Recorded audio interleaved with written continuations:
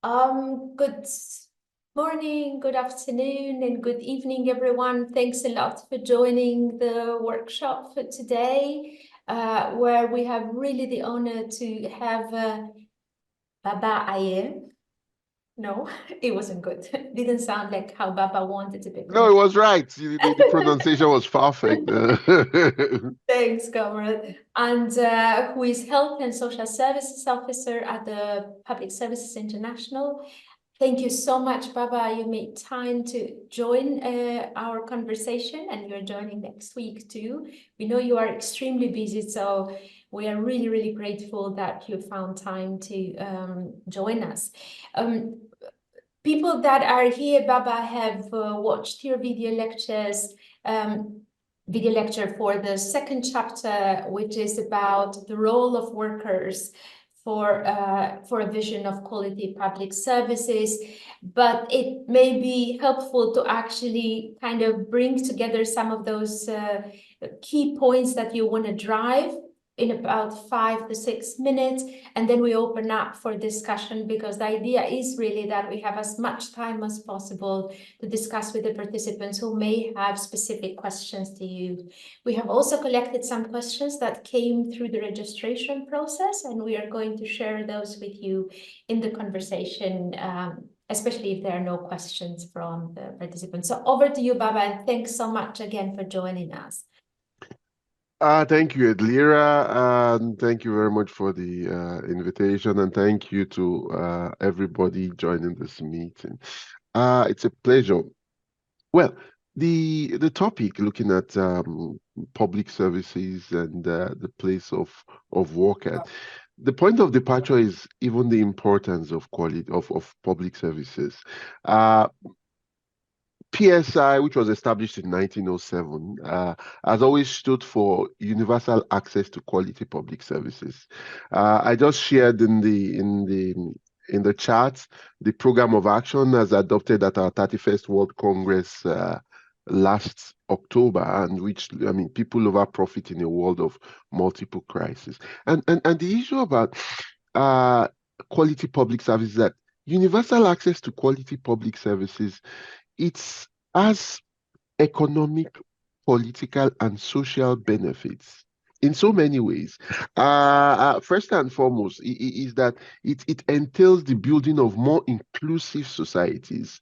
You know, it enables the flourishing of democracy. I mean, political, social, and economic democratic rights, and social justice.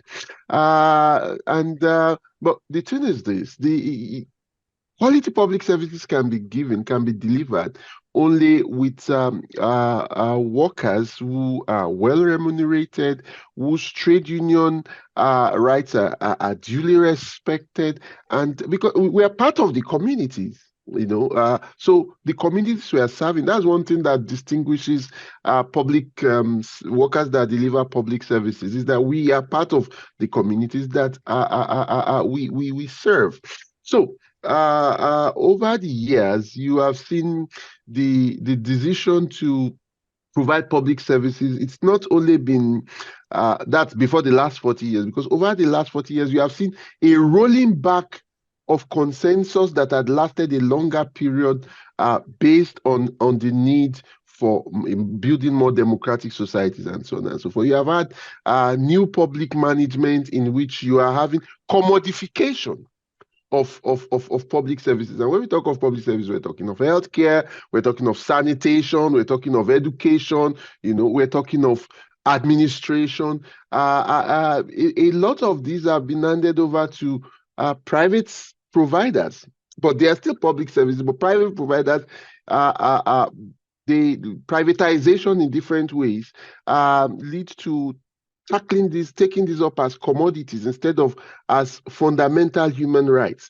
And even within the public services, you have, that's where you had introduction, starting with structural adjustment program in Latin America, in Africa in particular, in the 80s, introduction of user fees and things like that. You have the commodification, commercialization of this. And with regards to the rights of the workers that deliver public services, it's constrained in so many countries. As of 2018, in 92 countries, the rights of public sector workers, trade unions in the public sector, were constrained. Either no right to strike or collective bargaining did not exist, or at best was a sham. But by 2019, this had increased to 107 countries, describing us as essential services and so on and so forth. And you have, when workers dare to move in spite of this, you still have attacks, like the ongoing strike of the health sector unions, in the struggle of health sector unions in Kenya, in which last week the government now said that they are going to scrap establishment and permanent jobs and make everything fixed term, but which we are resisting. So to sum up, I guess I still have a few more minutes, Leah, but you're looking at me somewhere. Okay. So the thing now, the last bit I want to speak to with regards to public services and the workers delivering public services is, I earlier said that we're part of the communities we serve. But it's not only that we're part of the communities we serve. We match with communities we serve. Our affiliates, we have affiliates in 157 countries, have been taking steps in this direction. For example, last year you had public sector workers in Europe marching in Madrid and joined by communities, to demand, primary healthcare. You had investment in primary healthcare. During the pandemic, you had the whole world's applause for health workers and other essential workers, and most of whom were public sector workers. But unfortunately, whilst communities appreciate us, work with us, while governments pay lip service to appreciating the work that public sector workers do, this is not matched with the remuneration for healthcare for public sector workers. This is not matched with ensuring the trade union and labor rights of public sector workers. This is not matched with ensuring, as part of trade union rights, social dialogue. Genuine social dialogue in a lot of countries is not only that you don't have collective bargaining at all, or even when you have collective bargaining, it is then still subject to the fiat of governments. So these are things that we need to collectively address to ensure both the workers' rights of public sector unions being respected, but as well also that quality public services is universally accessible. And with that, we can build better, more democratic, more transparent societies based on social justice. And we all have roles to play in doing this. Thank you. Thank you very much, Baba, for those inspiring words. May I please ask everyone to put your name, but also the country where you're from in the window, so we kind of have a chance to see where people are logging in from. And with that, it's open for questions or comments to Baba. So who would like to take the floor first?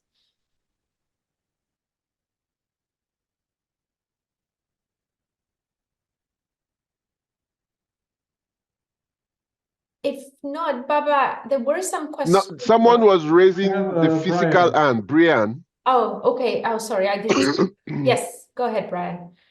Just really quick, Baba, thank you for that. I wanted to ask, when it comes to things like strikes and campaigns to try to win public services, how important is it that workers have a connection to their community? Does that make a big difference, do you think? Yes, I think where you have such connections, it deepens the possibilities of winning. But it's also not just about winning. Winning is important because we have to realize that the other side realizes that there's a class war. To borrow from Warren Buffett, who said that, there's a class war, right? And that his class is pushing it and winning. But part of that winning also is building our collective power. So working closely with communities enable the consolidation of collective power of the workers and the people together. So it is important. It does not always work like that, but don't also forget that in different countries there have been different traditions, histories, and in this regards, what as a global union federation we as PSI have been doing, it's not only facilitating exchange of ideas, exchange of experiences, but building on a global level, bringing our power together and supporting the transformation of in places where you don't yet have such traditions, and where there are such, consolidating this with our research, with boots on ground where necessary, and so on and so forth. Thank you. Thank you. Thank you. Anybody else would like to raise any question or comment? If not, in between, perhaps I can just go to the questions that were put during the registration, Baba. So, for instance, there was a question trying to understand better, and I know you made some starting remarks, but more specifically, how can workers contribute to the quality of public services? And really perhaps looking at some concrete examples where that has happened. I think some of those concrete examples are also included in the health chapter that we have next week, and in the other chapters on transport or energy, because it's exactly how workers can actually improve the services. But what can you say to us, perhaps from the cases you've been involved with? Very good question. First and foremost, let me point out that it's not only workers are central to having quality public services and its improvement, especially in the face of the false narrative of private being better, which is more often than not efforts to give a dog a bad name to hang it. So now, how can we, I'll give some concrete examples. At the local and regional government levels, the PSI has a close working relationship with the Union of Cities and Local Government, the UCLG, which includes mayors, local governments, chairpersons, and so on and so forth, on municipal services. And our members' contribution to this enable the flourishing of some of this. An example within that has to do with water in Paris and remunicipalization. There are hundreds of cases of remunicipalization, mainly of water, mainly, but you also have within health sector, in Europe, in Latin America, in North America. And what you have seen with this in these instances, in most of the cases, you have had in some instances, you even have workers contributing to buying back, along with communities, either to privatized entities. Then you have efforts at public partnerships, where you have things like twinning of cities, learning from each other and supporting each other. And in all these cases, both the governments, usually local and regional government, and the unions are involved and participate together in improving the service delivery. Then with regards to in health and migration, for example, one of the things we, as much as possible, we appreciate the fact that migration is a human right. Yes, in a sense, we're all migrants, but we also appreciate the fact that health and care workers are living in droves from countries that already have shortages. So one of the things that PSI did is, how can we both try to stem the tide and yet also, when they get to a lot of the countries in the global north, you still have, based on processes of maybe on ethical or fair recruitment practices, they're also super exploited. And this undermines also the services they can deliver, but also impacts on the worker on the health worker. So we have played roles in establishing bilateral labor agreements on migration, which explicitly state things on trade union rights, but also speaks to how governments in the global north, in the country of I don't like using that receiving, sending. It's somewhat, of origin. But the countries in the global north, where they arrive, where they invest in ensuring, improved education for health workers, mainly nurses. We started this with Germany and the Philippines, and then you have, tripartite bodies that are responsible for this. So these are some of the ways in which we do that. Finally, it is important for this to be realized, and in almost everywhere this has been realized. Social dialogue is critical. And that is why where governments at any level undermine social dialogue, violate trade union rights, they limit the possibilities of workers contributing to improving public services. Thank you, Baba. Any questions or comments to Baba? There is one in the chat box from Maripili from Peru. Do you consider that the agenda of fighting corruption in public services is incorporated in the agenda of public service unions? How important is for trade unions to incorporate the problems of corruption in public service systems in the countries in their struggle? That's a very good question. Thank you very much, Mary. And for us as PSI, we have a whistleblowers support campaign, and we have played key roles at the global level in pushing for international instruments supporting whistleblowing and all that.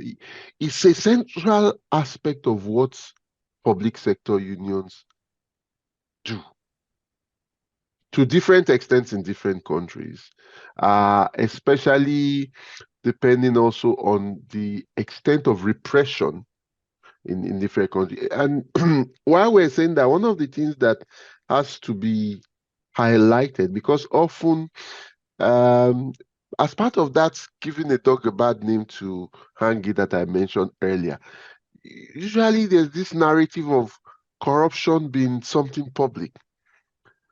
But privatization has inherent in it a corruption virus.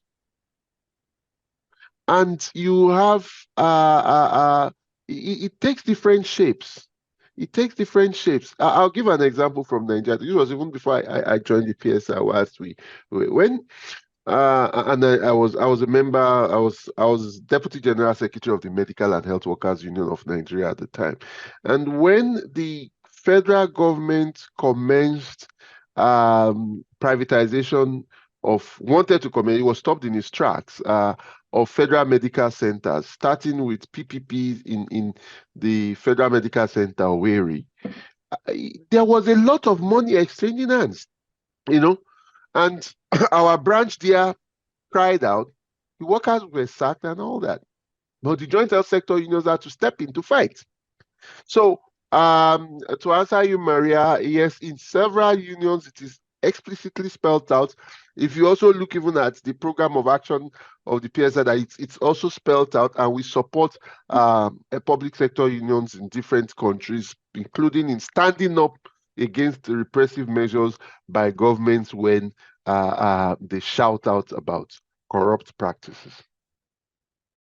Yeah, thanks, Baba. We had a bit of this conversation yesterday with David Hall, really touching also on practices of corruption to some extent, also how private sector is involved. And in the next chapter, on the health chapter, we have a particular case of the Kenyan Union of Medical Practitioners and Dentists, KMPDU, actually heavily involved in an anti-corruption campaign in Kenya, which could be one of the reasons actually for the repression that they are facing right now, because what they are exposing is really the corruption of the state in cooperation with private companies. So the whole thing of let's privatize because, you know, it will fight corruption is completely unfounded by evidence, because it's exactly the corruption that glues together private sector to the public sector and trying to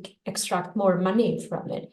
But we have a question from Kofi. So Comrade Kofi, please ask a question. Hi, Edlira, good afternoon. And to Babaye, it's been a while. It's a follow-up to the question that Baba just answered. I want to find out, often we believe that corrupt government officials, especially those that are in the political realm, it's so easy to identify them. But in Ghana, for instance, it is becoming clear that the public servant who has the opportunity to work in the office for many years, some of them are also engaged in some of these corrupt practices. And they are part of our union. So I want to find out from where he sits, is there any clear directive where unions are also trying as much as possible to make sure that the members that they control, who are part of the public service and they are rendering the services, also desist from some of these corrupt practices, because they take advantage of the political corruption and they also indulge in some of them. But I want to find out whether there was a policy direction that is guiding those that are within the Public Service International Union. That's my question. Thank you, Kofi. Well, first, let me say a little correction. And well, maybe in some instances it does happen, but the aim of unions is not to control workers, to represent workers, to organize workers. And for us, part of building workers' power is also building democratic unions and promoting democratic ethos, internal democratic ethos from below within our affiliates. Now, the issue of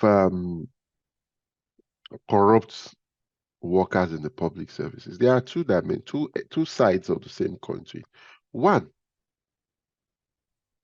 a lot of what people say in these regards are anecdotal and overly exaggerated.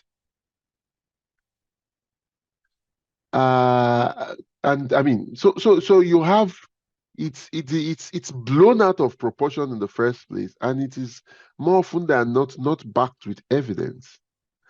Two, and there's a joke we say in Nigeria of the people often look at, when you talk about, no, not joke, I mean, when you look at the police, the ones on the highway collect 20 naira. I don't know, that was long. I think now, because 20 naira now has virtually no meaning. But the big boss, we have had inspector generals of police, at least one that was caught with his hand in the cookie jar, stealing billions of naira. Now, billions, and that was the time that others were collecting 20 naira. When workers who are paid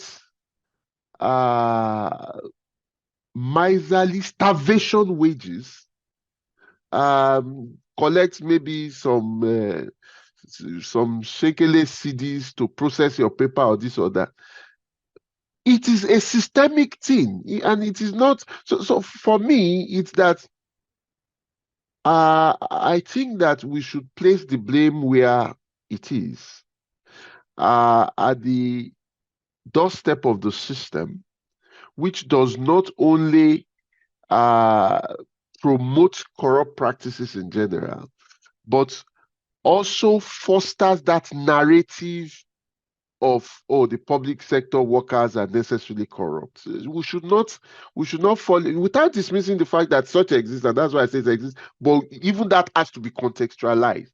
We should not just accept that, okay, yeah, the public sector workers are correct. I don't think it is a correct line. Thank you. Yeah, thanks for that, Baba. I think it may be a topic to actually discuss even further in terms of how those instances of corruption are actually also connected to a loss of public ethos, how public sector workers themselves have become alienated from the service they provide exactly because of the managerial practices that have,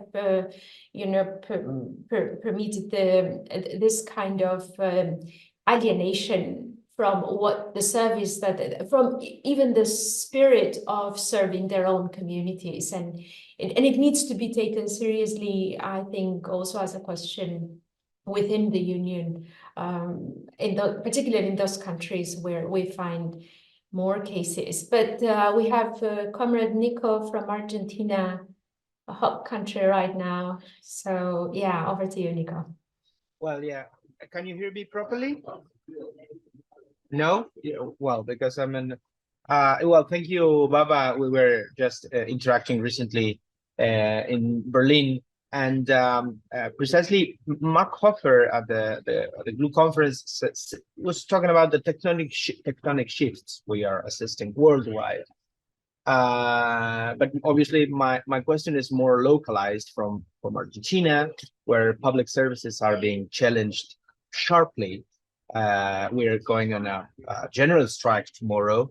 But my question is, it's a bit difficult one, because in my understanding, and I'm a public servant, I'm doing this from public device. So my question is, I think we're part of these tectonic shifts that were named or considered by Frank recently, are related, in my understanding, with that we are losing terrain. And this is a generational shift. My question to Baba is, are we listening the new generations, what they are saying? Because for the case of Argentina, the young generations, the ones who are voting for a sharp change in public services, they're saying something we're certainly not listening properly. It's not just the public services they are not working, or they are corrupt, which could be, I mean, it deserves that proper attention.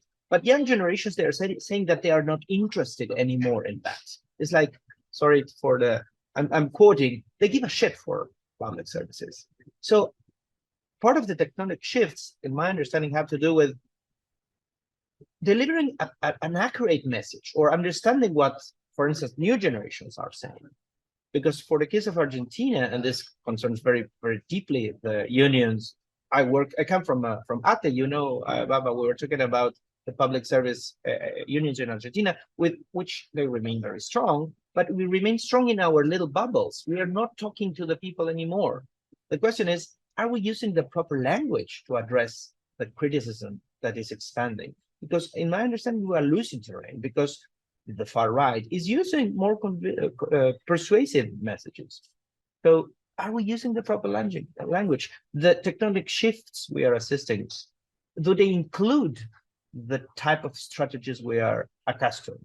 And unfortunately, it's a genuine question. I don't know exactly whether we are using the proper language or not. Thank you so much. And thank you. I'm very happy to see many friends and faces that we're recently together, and some that we probably joined sooner in the struggle. Thank you once again. Thank you very much, Nicola. You coming from ATE brings to my mind that I was in Mar del Plata barely a month ago, and there was I could feel the power, despite the repressiveness of the neoliberal government. You still could feel that sense of fight back. And that's a very good question. It also, in a sense, speaks to Kofi's earlier question somewhat, because where we are now, we did not just arrive there. It's the product of decades of neoliberal battering of the soul of society. Shattering of a lot of things we held dear.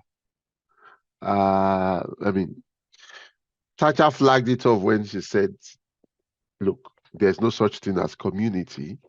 And one important aspect of it, still using Thatcher to show a broader picture, when she also said that, what she described as her greatest success was Tony Blair. But what did that mean? You had social democratic parties, which are usually mainly tied to the labor, the trade union movement, taking up the neoliberal policy. So both center-right and center-left parties became compromised in the neoliberal and this played into the hands of the far right. So when you see what happened after the great financial crisis and social democratic parties pushing through half-baked measures that we are bound to face, so all these things have made a generation to lose faith. It's not only they've lost faith even in politics and things, and that's why you have seemingly outsiders getting votes. I mean, not only in Nigeria, even someone like Trump, a lot of funny human. This is what Gramsci described as, the period of morbid symptoms. Now, the question of what is to be done, how do the language we use, how do we engage with it?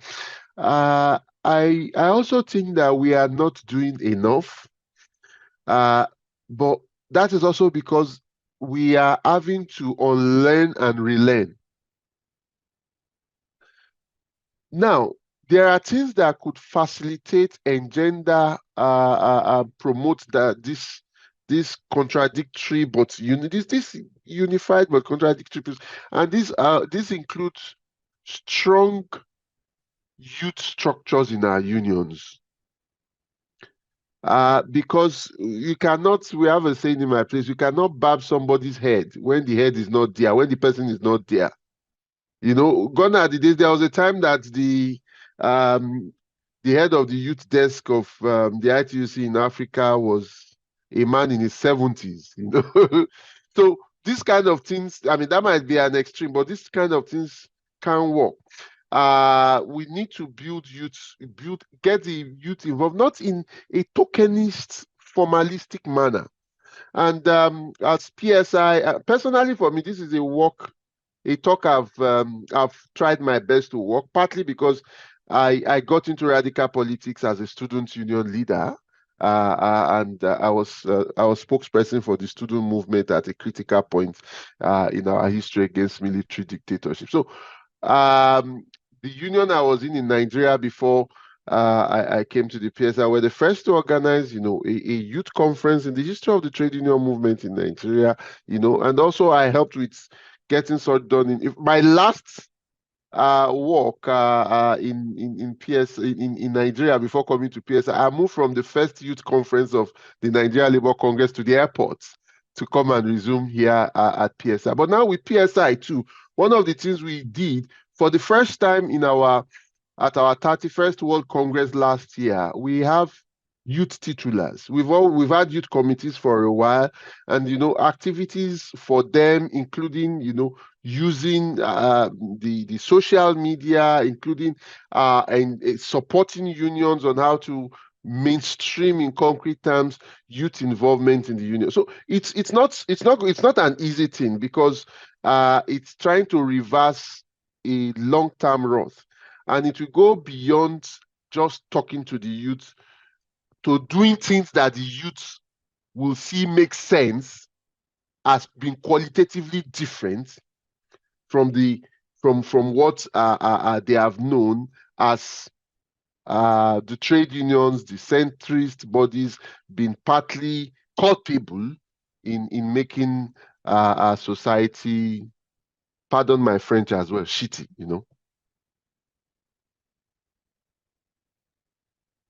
Thanks a lot, Baba. Any other question or comment on this topic?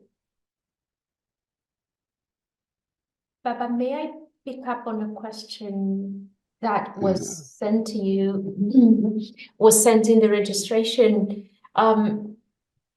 When there is a question, does your personal vision differ from that of the PSI? on this question. I'll come to that question last, I see there's a question by Arene from Cameroon.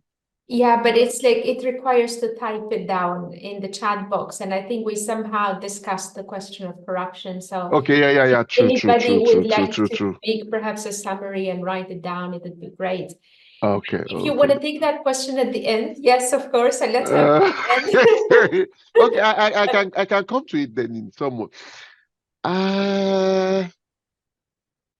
I would not say it's different. I would say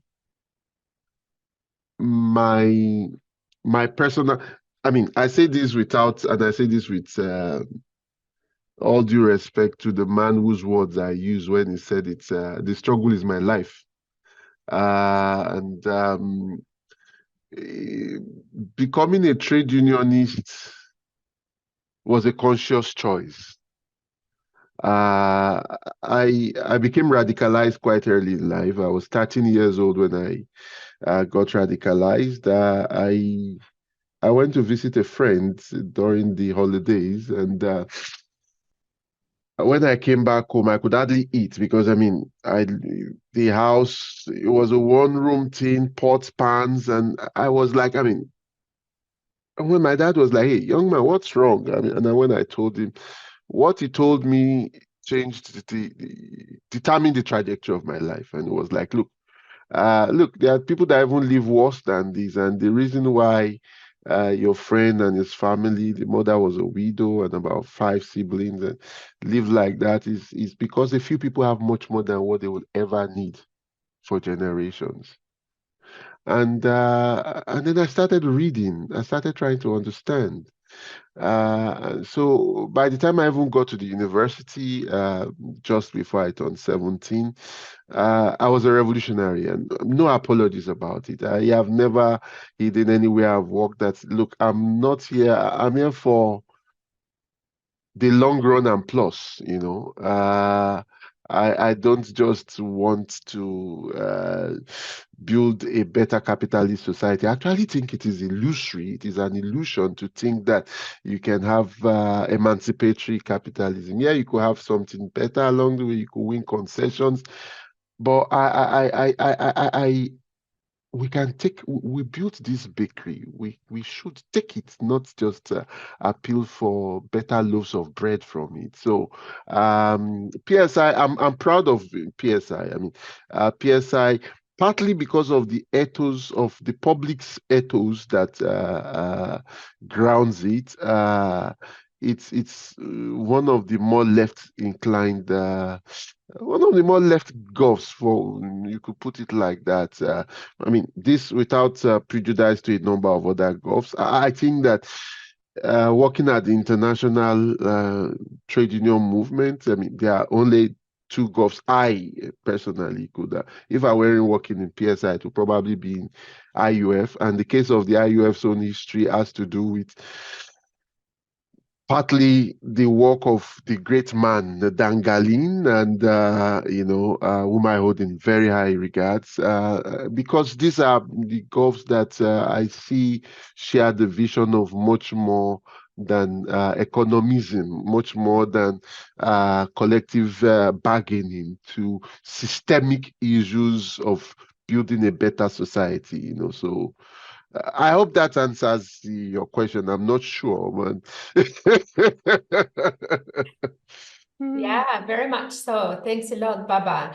And back to the very wise words from your own dad on inequality. Just today I read this article actually saying that people who live in highly unequal societies feel a lower sense of control and look less dubiously to unethical behavior, either from others or from themselves, than do people who live in distinctly more equal societies. So perhaps also responding to the question of Nico, like what's happening?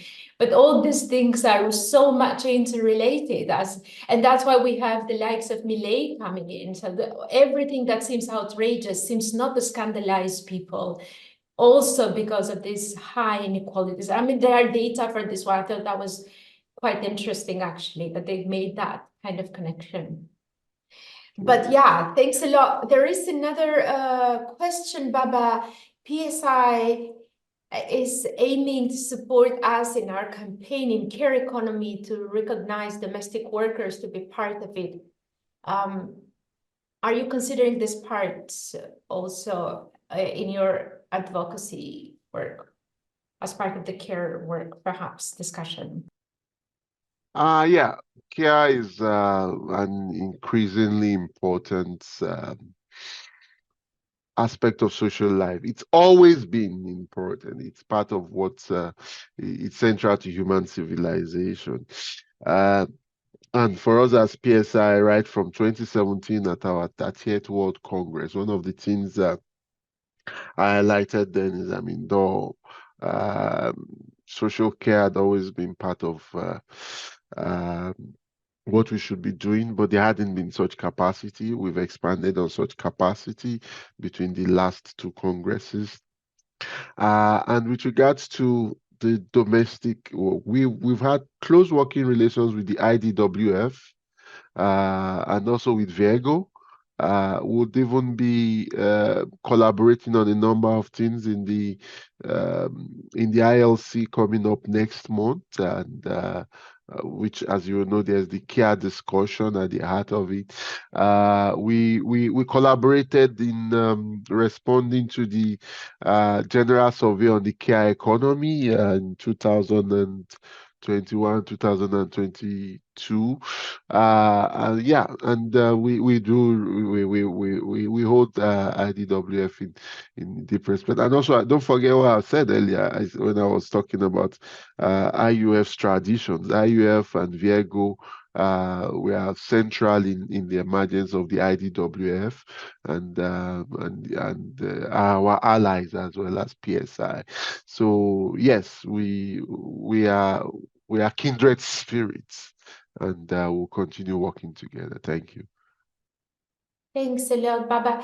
Kofi, I'm coming to you, but I just had a vision that Bello Razak raised his hand, but perhaps Yeah, I also saw it, and yeah. Yeah, Comrade Bello, since you haven't spoken yet, would you want to go first? And is it okay with you, Kofi? No, I'll type my question. Bello, don't be shy. Take your mouth to talk now. Now, how did they say? Please It's do. the face of the plate that the plate uses to take soup. Yes, sir. Uh-huh.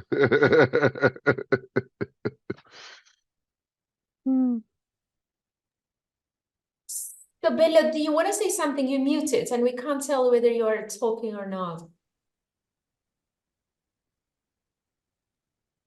I'll type in my question.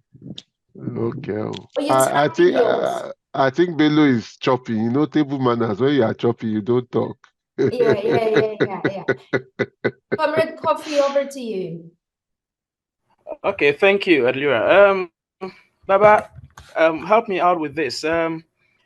Recently, I've been thinking that trade unions, we have actually concentrated our energies, especially for those of us that are in the public sector, with the fact that we organize, we protect the workers, but some way, somehow, we are a bit distant from the very communities that these workers, sometimes, especially when we want to bring on board certain classification of work, like the mining, like those that are into forestry, you realize that the unions go into these work environments, they seriously look at how to protect the workers, but they are not so much connected to the community, so that when it comes to building solidarity, the community will understand the work that we do. I want to find out, going through the challenges and then knowing how union, we are being threatened by capitalists, even though we are also, as much as possible, trying as in every way that we can to mop up strategies. I want to find out that in this dispensation, is it so critical for unions to be deliberate in building strong solidarity with communities? I'm talking about people that are not necessarily within their fold as workers, but they can become an agent that can help us to also provide the best that we can give to the community. That is my question. Okay. All right, good. I thought maybe someone else was talking. I would, yes, you're correct to a reasonable extent, in that the trade union structure at times becomes self-referential, especially in situations where uh, greater greater confidence has been put in, institutional power over associative power. Uh, but there's also a danger of generalizations, and that has to do with how you have had the ways. While there are some generalities, you have had uh, some differences based on how unions have evolved in different places. Like, for example, you say in Kenya, you have relations between, say, the plantation workers and the communities there, and this has history in the evolution of that industry. In South Africa, you have AMCU and the mining communities and so on and so forth. And in all of and in these two, you have mediation by, like, civil society organizations, and then in Latin America too, years of mobilizations have led to links between, social movements and the trade unions. In Nigeria, before, when you talk of general strikes, it was just the workers. But in the 20th century, in the 21st century, when you talk of it, it involves, also the entire society, more or less, working people. So whilst there is the need to strengthen, particularly in places where you don't have such traditions, partly I know that such traditions might not be so strong in Ghana, and there's history to this as well. There's history to this as well. So there's the need to deepen relations between unions and communities everywhere. But the truth is concrete. We need to carry out concrete analysis of our concrete realities, and how to address it. The international trade union bodies can support, but these things happen from below. You have a role to play. Union folks have a role to play. Activists on the ground in different countries concerned have roles to play. So yes, as a rule, I agree there's the need for deepening such, and but the situations in different countries, in different regions, based on the historically established realities in these, would shape not only the extent to which this is important and necessary, but also the dynamics of going about it. Thank you. Michael. Okay, thanks everyone. Thanks Baba for the quality of his intervention. I'm Michael Boka from Cote d'Ivoire. I am a teacher and I'm part of a teachers union, but we are facing a dilemma.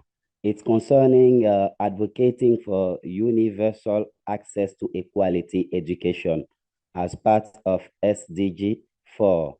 But in our country, anytime teachers are going on strike for the working condition, especially the number of students per class, which is far above from the international standard, we may have 80 to 90, even 100 students per classroom.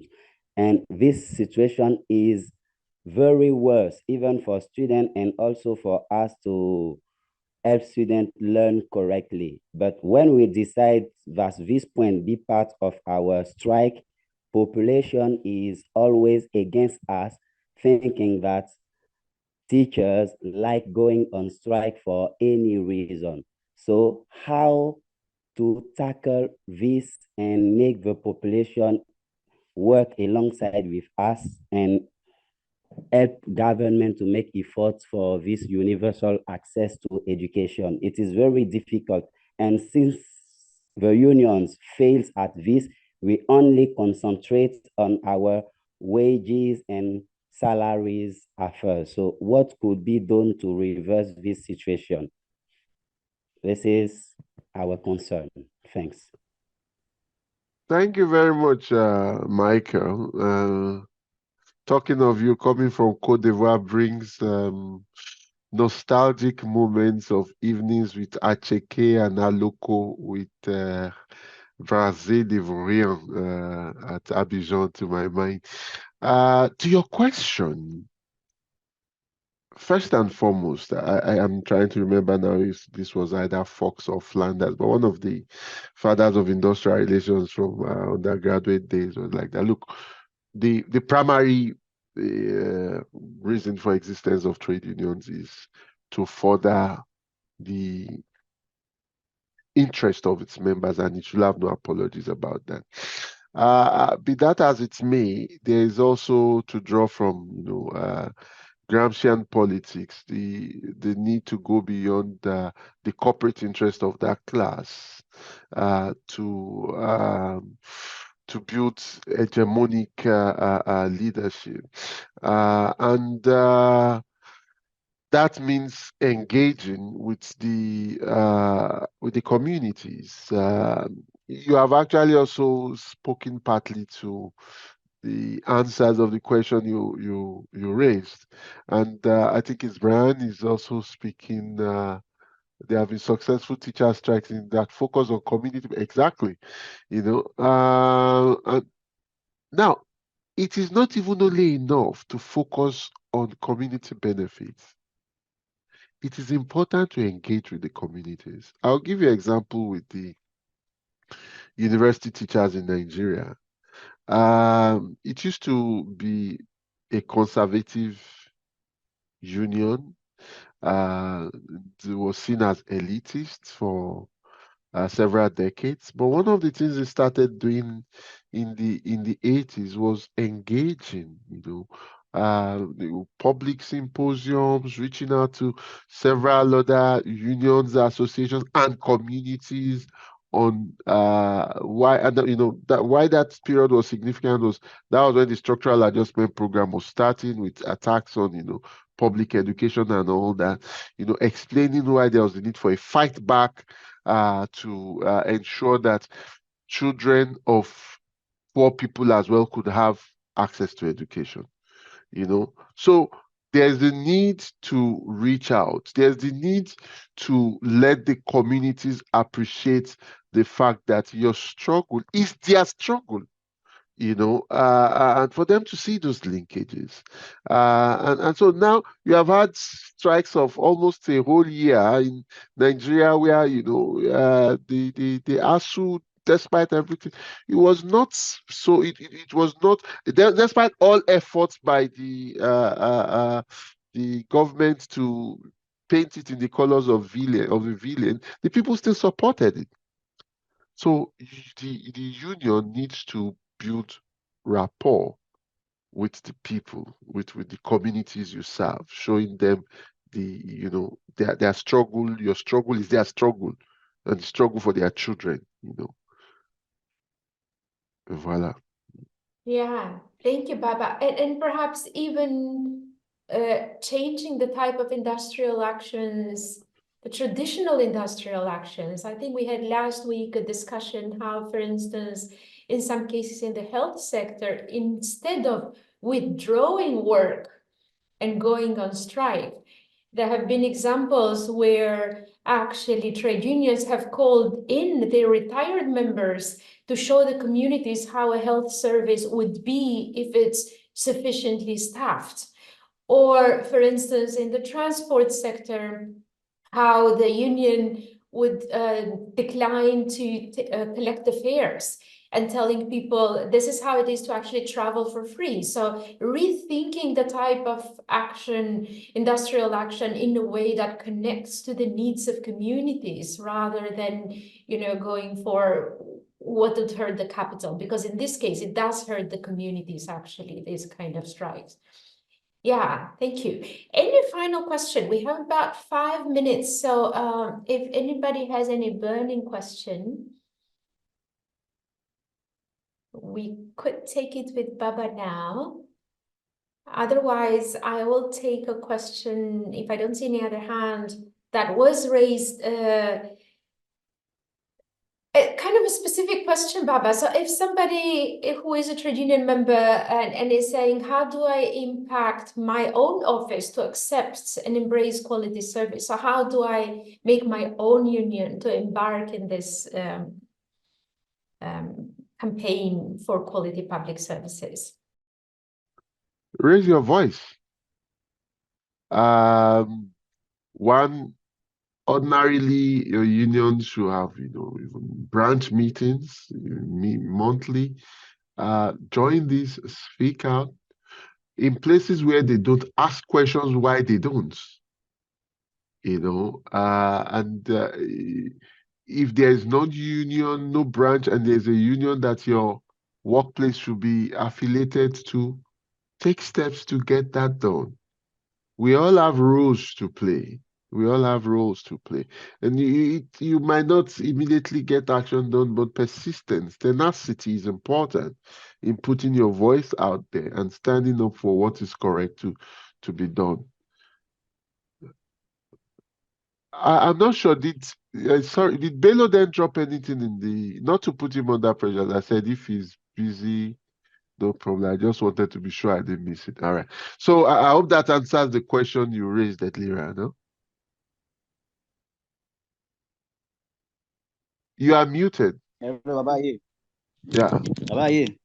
Okay, yeah, Bello, I we just hear want you. to ask that what strategy is it okay for a trade union to make sure that public service is very effective or efficient? Yeah.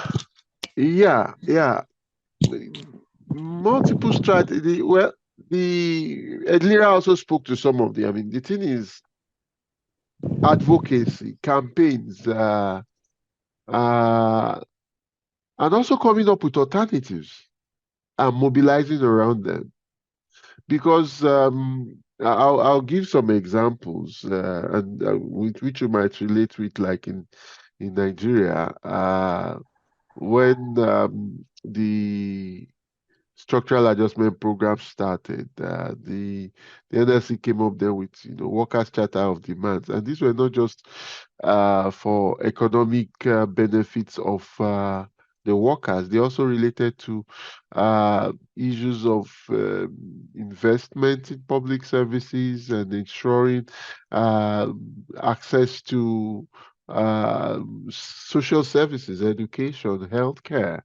But there are no two way about it, because irrespective of how beautiful your alternatives are, you have to fight for it, because there are forces that are interested in only maximizing their own profit.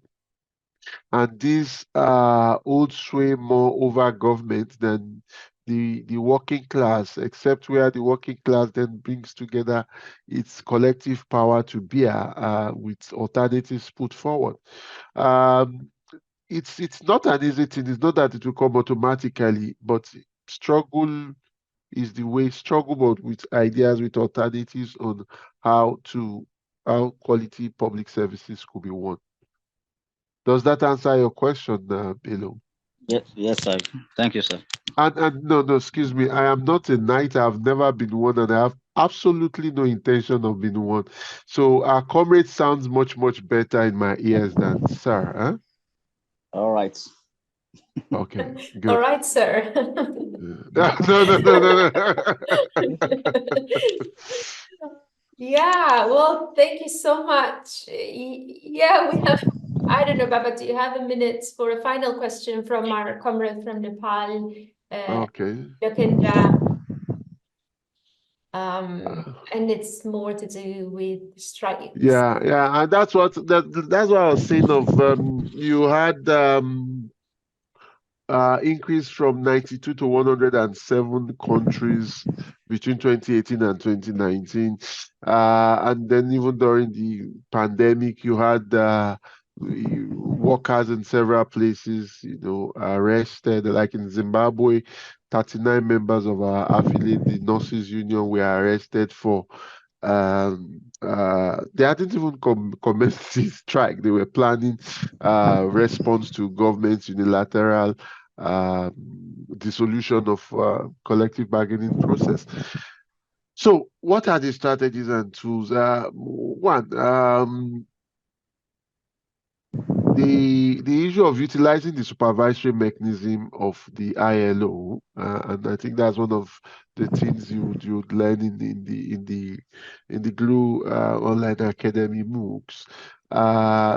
But it's not a one-way thing, and that's why there are several, and I like it, as you said, in plural, and tools. You need to throw everything in the sink, and if need be, the sink itself to win. You need to do that. You need to even in the courts, there are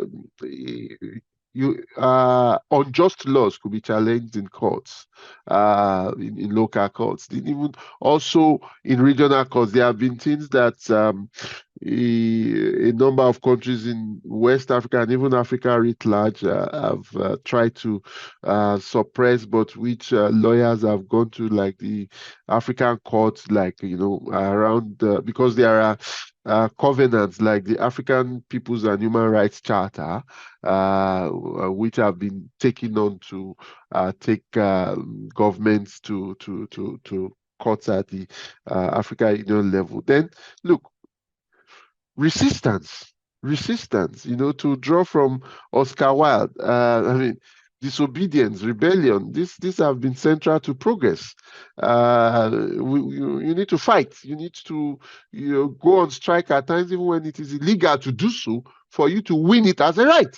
So yeah. Yeah, thank you very much. There are still other questions, and it's again about the points that you just made right now, Baba. So I just want to thank you on behalf of everyone, and of course, thanking everybody for the many questions. There will be never enough time to discuss everything, but some of these questions are dealt in other video lectures of the course. So please do watch the video lectures. You get lots of ideas, particularly about what trade unions can actually do and are doing to push for a different vision of public services.